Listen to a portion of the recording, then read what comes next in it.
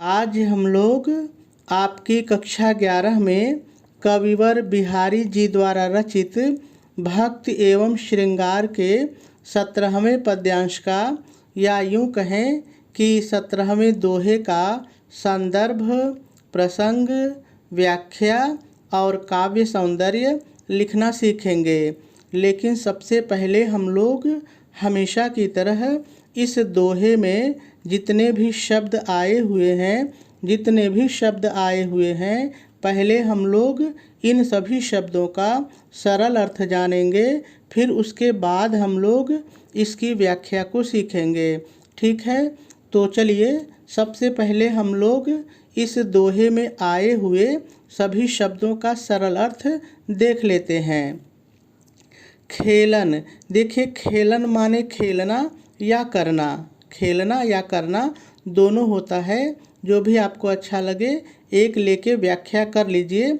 देखिए यहाँ पर शिकार खेलने की या शिकार करने की बात हो रही है, तो खेलना या करना। सिखाए, देखिए सिखाए का मतलब है यहाँ पर सिखा दिया है, सिखाए मतलब सिखा दिया है।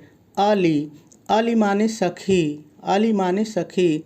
भलें, देखिए भलें का यहाँ पर मतलब है भली भांति या अच्छी तरह से, भली भांति या अच्छी तरह से।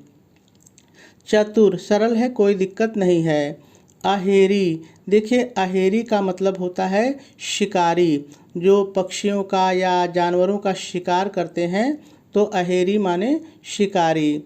मार, मार माने कामदेव, मार माने कामदेव, जो काम के देवता हैं, काम के भगवान हैं, तो मार माने कामदेव। लेकिन जब दोनों को हम लोग एक साथ कहेंगे अहेरी मार, तो हो जाएगा कामदेव रूपी शिकारी। अहेरी मार माने कामदेव रूपी शिकारी।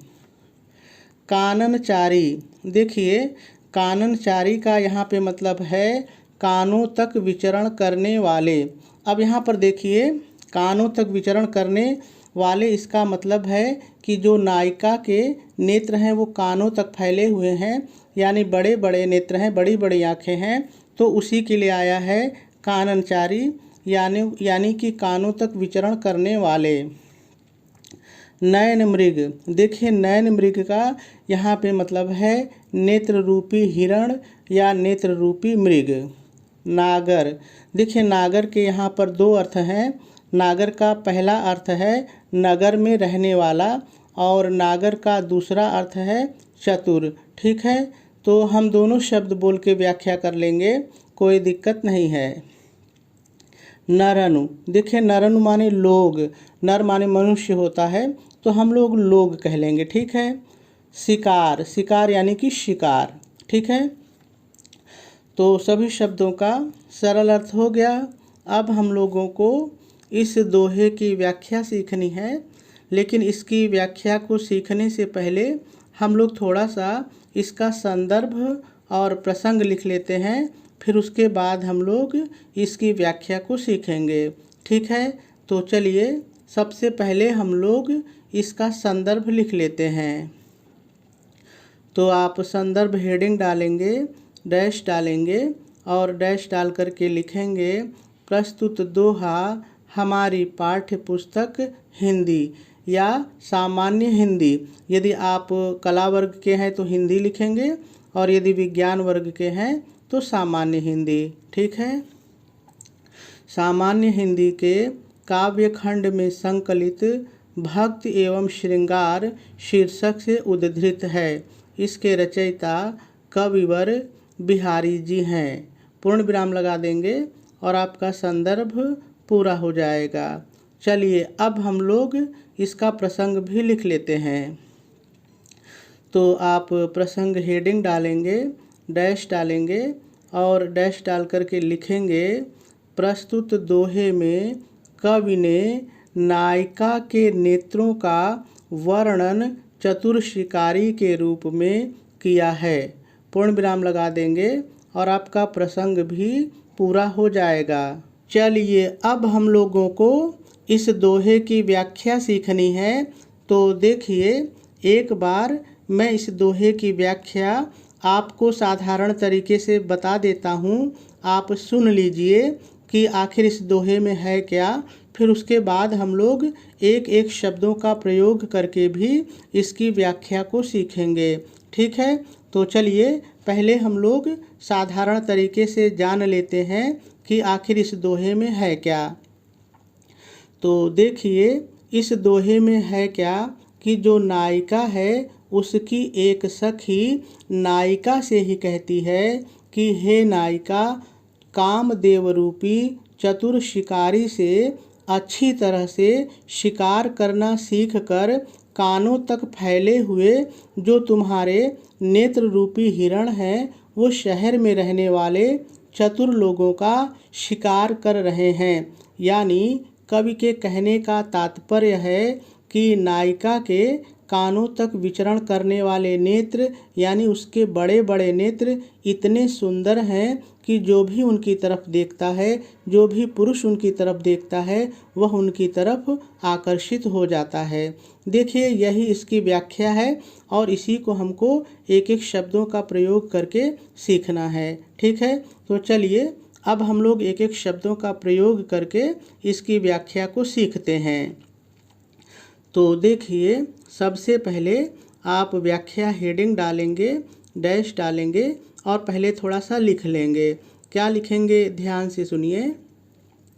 प्रस्तुत दोहे में नायिका की एक सखी नायिका से कहती है कि हे। अब आ जाइए दोहे पर। हे सखी, अली सखी, हे सखी कामदेव रूपी चतुर शिकारी से।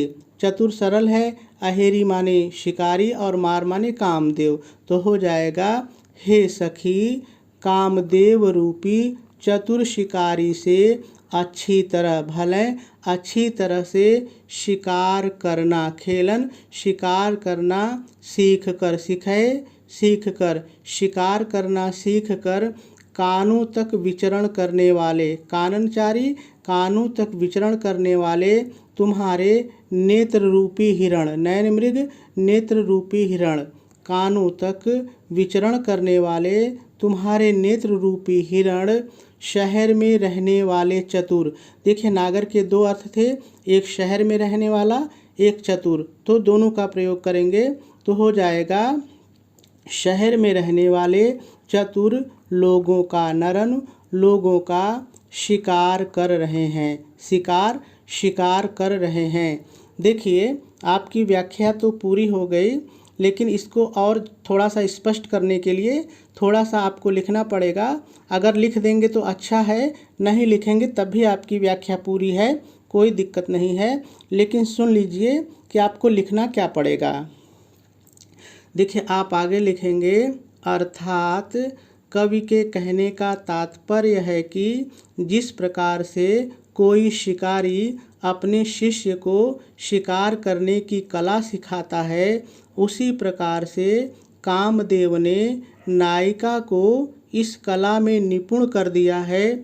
वह चतुर पुरुषों को भी अपनी ओर आकर्षित कर लेती है। पूर्ण विराम लगा देंगे और अब जाके आपकी व्याख्या पूरी हो गई। चलिए एक बार फिर से इसकी व्याख्या को जल्दी से सीखते हैं, फ्लो में सीखते हैं। यदि आपको कहीं नहीं समझ में आया होगा तो समझ में आ जाएगा।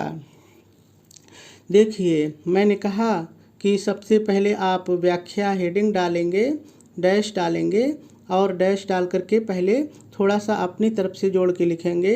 क्या लिखेंगे एक बार फिर से सुन लीजिए। प्रस्तुत दोहे में नायिका की एक सखी नायिका से कहती है कि हे। अब आ जाइए लाइन पर। हे सखी कामदेव रूपी चतुर शिकारी से भली भांति शिकार करना सीख कर कानों तक विचरण करने वाले तुम्हारे नेत्र रूपी हिरण शहर में निवास करने वाले, या शहर में रहने वाले भी आप कह सकते हैं, शहर में निवास करने वाले चतुर लोगों का शिकार कर रहे हैं। मैंने कहा थोड़ा सा और जोड़ के लिखेंगे। अर्थात कवि के कहने का तात्पर्य है कि जिस प्रकार से कोई शिकारी अपने शिष्य को शिकार करने की कला सिखाता है, उसी प्रकार से कामदेव ने नायिका को इस कला में निपुण कर दिया है। वह चतुर पुरुषों को भी अपनी ओर आकर्षित कर लेती है। पूर्ण विराम लगा देंगे और आपकी व्याख्या पूरी हो जाएगी। चलिए अब हम लोग थोड़ा सा इसका काव्य सौंदर्य भी देख लेते हैं। देखिए, यदि रस की बात करें तो इसमें श्रृंगार रस है, छंद दोहा है, अलंकार इसमें रूपक, श्लेष और विरोधाभास हैं। कहाँ पर हैं, चलिए थोड़ा सा हम लोग दोहे पर चल कर के देख लेते हैं। देखिए, यहाँ पर जब हम लोग व्याख्या कर रहे थे तो कामदेव रूपी शिकारी हमने कहा था, यहाँ पर नेत्र रूपी हिरण कहा था, तो हमको यहाँ पर रूपक अलंकार मिल जाता है। ठीक है। अगर हम श्लेष अलंकार की बात करें तो देखिए, नागर के दो अर्थ हम लोगों ने बताए थे, एक नगर में शहर में रहने वाला और दूसरा चतुर, तो श्लेष अलंकार। तीसरा देखिए, यहाँ पर विरोधाभास क्यों है कि देखिए, हमेशा जो मृग होता है, जो हिरण होता है, वो शिकार होता है, शिकार करता नहीं, शिकार होता है। लेकिन यहाँ पर कवि कह रहे हैं कि जो नेत्र रूपी हिरण है वो शिकार कर रहे हैं। तो यहीं पर हमको जो है वो दूसरा तीसरा अलंकार भी दिखाई देता है, यानी विरोधाभास अलंकार। ठीक है, तो चलिए आगे देखते हैं। यदि हम लोग भाषा की बात करें तो इसकी भाषा ब्रज है, शैली इसकी मुक्तक है, गुण इसमें माधुर्य है और शब्द शक्ति व्यंजना और लक्षणा दोनों है।